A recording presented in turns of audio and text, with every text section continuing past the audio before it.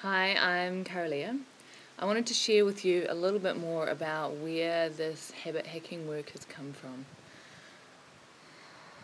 It's about so much more than just having good habits in your life. And I think for me it started back in 2004. I had just come home from Canada, so my whole life had imploded. I'd ended up in the acute psych ward at Lionsgate Hospital, committed, unable to leave for about 9 days. And my fiance had broken up with me, and I was devastated because I loved him to bits. I thought he was just the most amazing man ever. I was in debt, seriously in debt, because I hadn't been in a good place with money for about a year or two prior to that. And I've been living in Whistler, Canada for about 7 years, so having to leave, I was leaving a place that I love so much and leaving my whole community behind, all my friends, all those connections, total lifestyle, like everything that kind of made me who I was, really. And I came back to New Zealand and had to go back and live with my mum at 29. She was living in Glenorchy, which is this tiny town, 400 people, literally at the end of the world. Like, there isn't anywhere after Glenorchy. There is. You drive down the road, it's Glenorchy, that's it. And I walked into her tiny little 3-bedroom prefab house, and I made it as far as the bathroom and just started sobbing and sobbing and sobbing and sobbing some more. And that was pretty much it for a little while. Like, I found it really hard to get out of bed. I'd been diagnosed as bipolar, and I was on antipsychotics and medication. I was sleeping as much as I could, because when I was asleep I wasn't awake, and when I was awake life was really awful. But I knew I kind of couldn't go on like that. I couldn't keep sleeping till 2 or 3 o'clock in the afternoon. I had to do something. And I was suffering so bad that I was desperate for anything that would make me feel good. And drugs and alcohol were out because I didn't want to lose my mind again.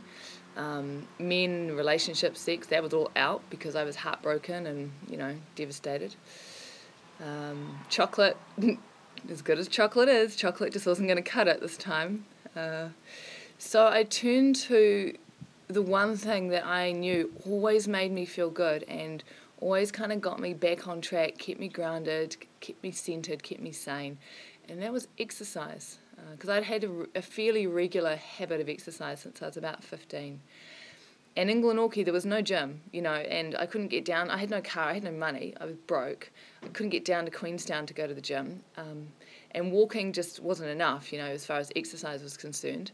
So I did something I hated. I ran, and I hated running. I didn't like it at all. But it was a case of the suffering of my life was so bad, and I knew that running would make me feel better. So even though I hated it, I'm like, right, I can do this. So the first day, I just walked out of my mum's house and decided I'm going to run to the golf course, which is 2 blocks, maybe 50 metres or 100 metres, if that. And I did that. I ran that far, and then I walked the rest of the Boardwalk, which is this beautiful, amazing walk around through the lagoon with these huge mountains on either side, incredible. Of course, I couldn't see the beauty at the time. And that boardwalk at the time was marked with orange markers, and they were about maybe 50 metres apart. And so I made a decision that I would run every single day, and every single day I would just go 1 more orange metre. And that's what I did. And I hated it. I dragged my feet. I didn't want to do it. But after I'd done it each day, I did feel, that much better. And something slowly started to shift in me. There was a sense of success, right? Because if I could successfully run around the boardwalk, then I could pick myself back up again and create a life that was successful. And I remember the day that I ran the whole boardwalk, every single orange marker all the way to the end, which I think is only about 3 kilometres, maybe 4. I was so thrilled and so excited that I turned around and ran all the way back in one hit as well. And I'd say that was sort of a major breakthrough point for me. That realisation that, all this shitty stuff has happened to me and I'm in a really shitty place and I've got a lot of work to do on my mind and my emotions and the way I interact with life. But I have the power. Like, I can do it. And something as simple as choosing to get up and go for a run every single day and not beat myself up, not make it this massive big thing, just go for a little bit and then keep extending it. It changed my life. And that's where habit hacking starts from. That's where it starts from. It's taking responsibility for your life, choosing little things that you can do that will make a massive difference. Got any questions? Just leave a comment. I would love to answer them. I'm kara-leah, and I'm teaching habit hacking workshops around the country. You can do a personal coaching program with me, and then we walk out next year.